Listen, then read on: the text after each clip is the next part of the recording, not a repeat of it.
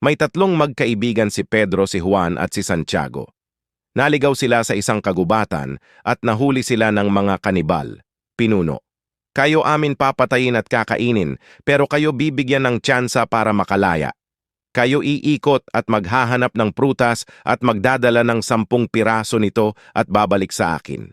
Naghanap ng prutas ang magkaibigan at naunang bumalik si Pedro sa pinuno ng mga kanibal na may dalang 10 mansanas. Pinuno, ngayon ikaw amin palalayain pero ang gagawin namin ipapasok namin sa puwet mo ang 10 prutas na dala mo. Dapat hindi ka magpapakita ng emosyon, tatawa o iiyak. Unang pasok pa lang ng unang mansanas sa puwet ni Pedro ay sumigaw na siya ng aray. Agad-agad siya ay pinatay. Sakto naman na pagdating ni Juan na may dalang 10 ubas. Pinuno, ngayon ikaw amin palalayain pero ang gagawin namin ipapasok namin sa puwet mo ang 10 prutas na dala mo. Dapat hindi ka magpapakita ng emosyon, tatawa o iiyak. Sinimulan ipasok ang ubas sa kanya ng walang problema at emosyon. Pagdating sa 10 ubas biglang natawa ng sobrang lakas si Juan. Ha. Pinatay.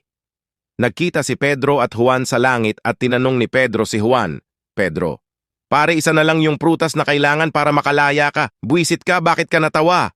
Juan, pre nakita ko kasi si Santiago paparating na may dalang durian.